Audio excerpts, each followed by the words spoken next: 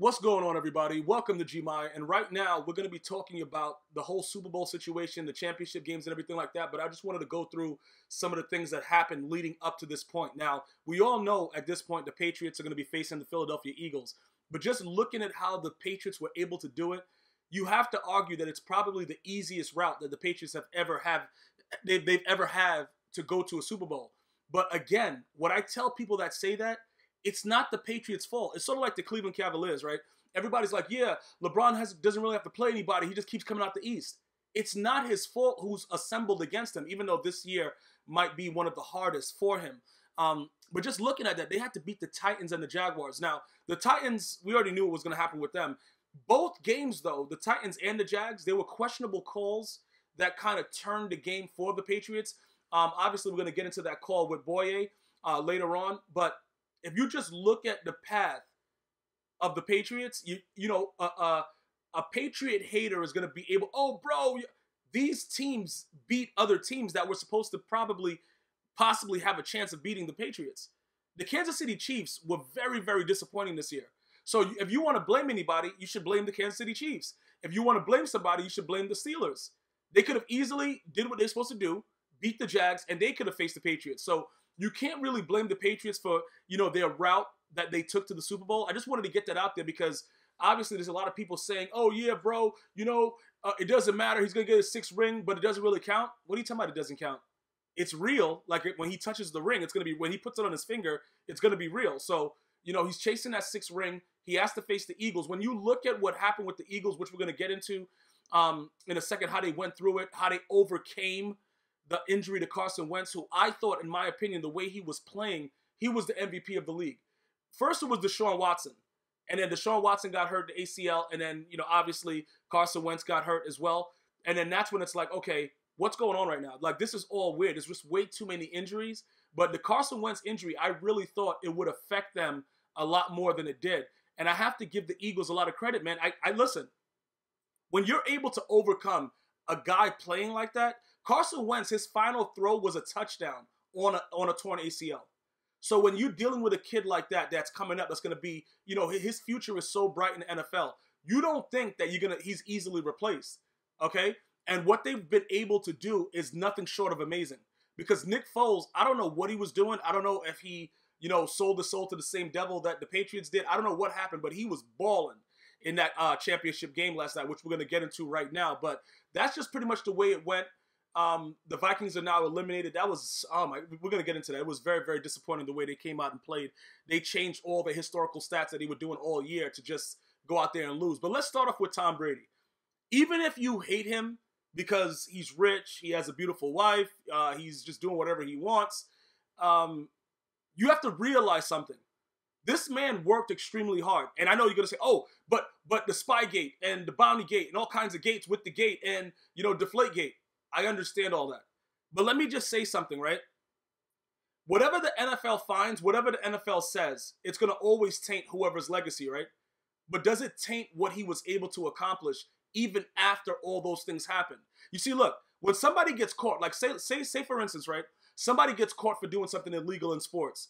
And then like a dude takes steroids and then he gets caught. And then it completely diminishes what he was doing. Like in baseball, when you get caught for PEDs and then they catch you and then you stop doing it, and then it completely changes your effect on the game. That person should not be eligible for anything. But if you're still able to do the same things, even without it, and you're just trying to cheat, see if you can get away with it, I don't believe that after you get caught and you serve your suspension, if you do it once, it should taint your entire legacy. Sort of like Barry Bonds and stuff like that. Even before his whole steroid thing, he was a great player. You know what I'm saying? But we're never talking about steroids as far as Tom Brady goes. We're talking about a lot of hysteria around him. A lot of things that has to do with Bill Belichick or whatever was going on that benefited him. But let's just talk about the fact that this man, he came into the league, one of the worst 40 times ever, very, very unathletic. Nobody even thought that he would be able to do anything that he's doing right now. And what he did yesterday, after having stitches on this, on the lower part of his hand, even though you guys might play it down like, yeah, the thumb doesn't matter, even though he looked like nothing was wrong with him, you cannot take away from this man's greatness on the field. This is what I'm saying. Even with all the things that you guys, these dudes have been brought up on so many charges. And then even after all the charges are brought up, they're still winning. So what you guys expect me to believe is that they're still cheating the same exact way. But that's just, like I said, I understand that it's going to have an effect on his legacy. But he's the first ballot Hall of Famer. Regardless of what you do, it does, because regardless of what you say, look, the NFL destroyed all the tapes of Spygate, right? Deflategate, it was fouled to be, it was nothing there. It was unfounded. Like, bro, you can't really prove if he did it or not. You can have all the text, you know, you can do whatever you want. You still can't prove that he did it because the refs touched the ball the entire game and they saw no difference in the ball. So if it's such a drastic difference that everybody's trying to make a scene, somebody should have been able to figure that out. So I don't buy that. The Spygate, okay.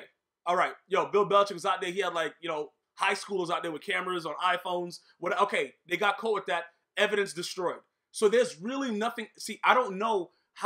What do you do with that? It's nothing you can really do with it. When you think about what's going on with it, I don't know. You guys got to give me something else. I don't know what else to do to try to downplay what this man has done. I'm not a New England fan. I don't care about what the Patriots do, but I respect what they're doing. That's the difference, bro. Listen, I don't have a Tom Brady jersey. I don't have any, look, I have no New England paraphernalia. I have nothing going on. All I'm telling you right now is this.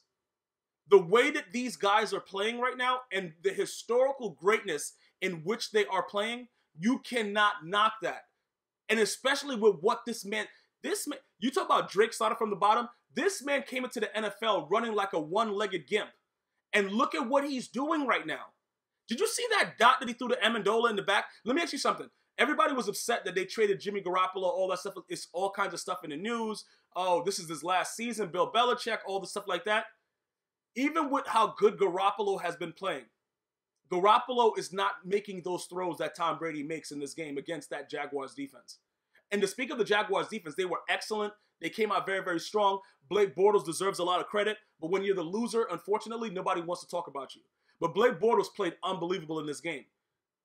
You know, it was a lot of different things. Like I said, getting to that call with Boye, I don't know about that, bro. I've been, you know, the one with Jalen Ramsey with Cook, that was pass interference. He had him in a chokehold. That Jalen Ramsey one, that was a real penalty.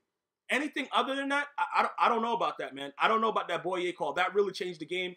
But again, even with all of that, the Jaguars were punting within a minute and 10 seconds when it was, you know, in the fourth quarter. Like, you have to be able to run the ball and run the clock out.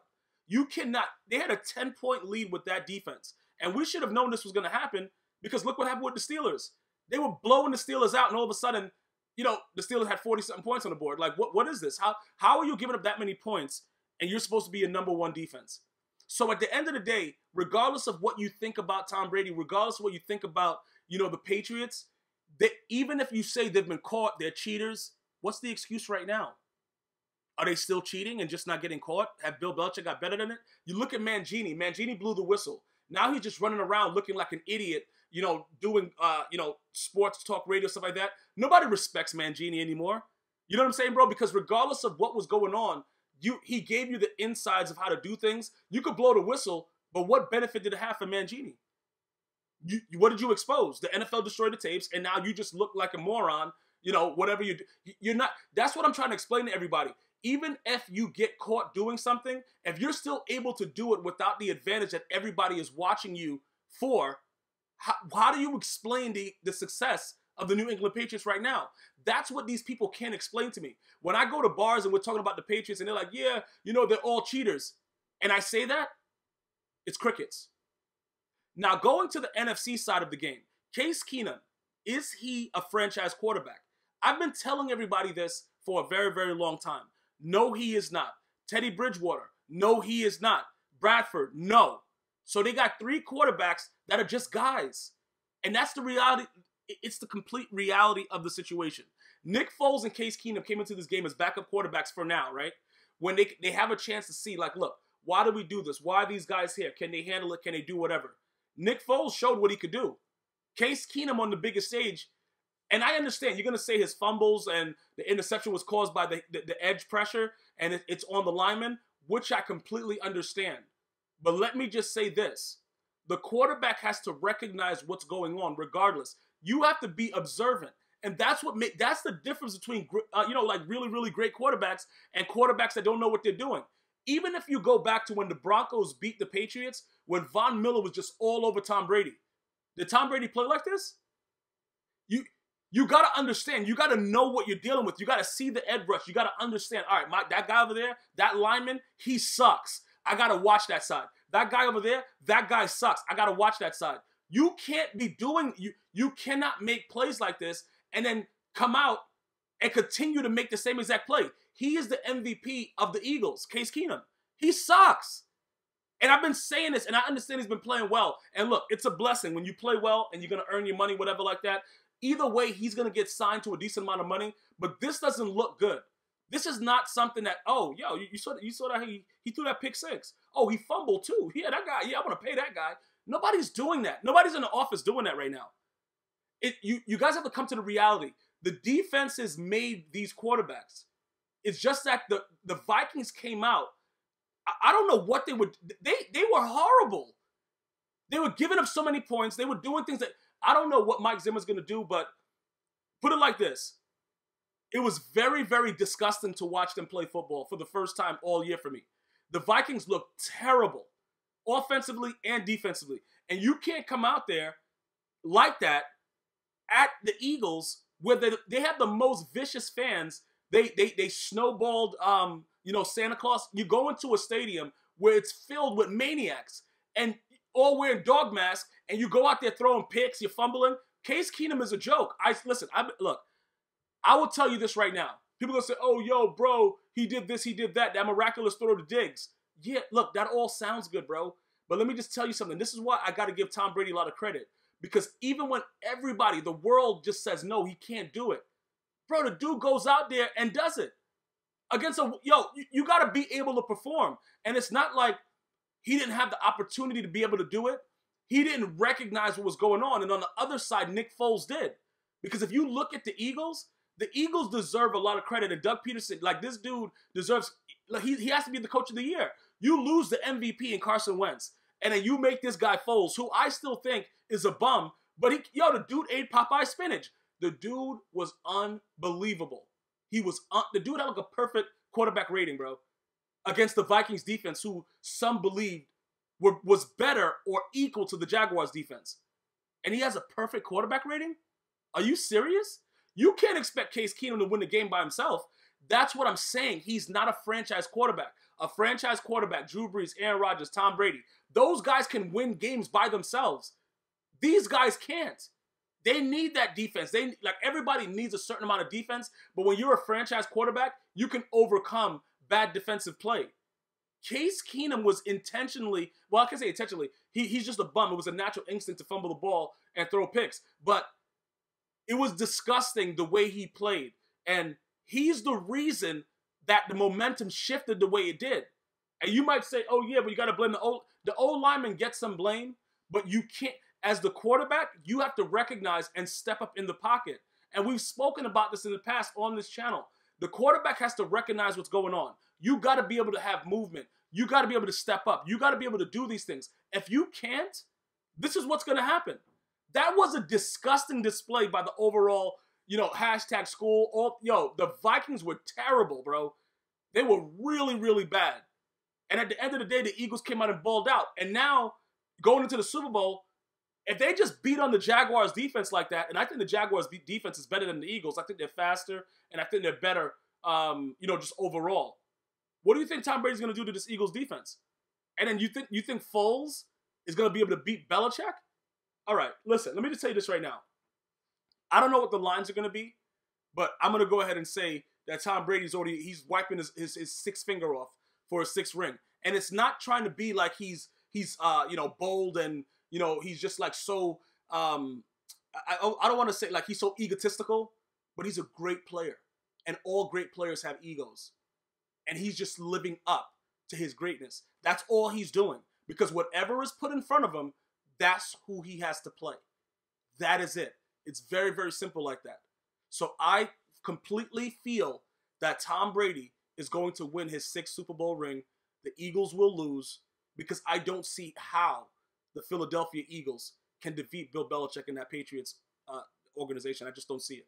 I want to thank you guys for joining. Make sure you share, like, subscribe. We'll see you guys and girls next time. One love.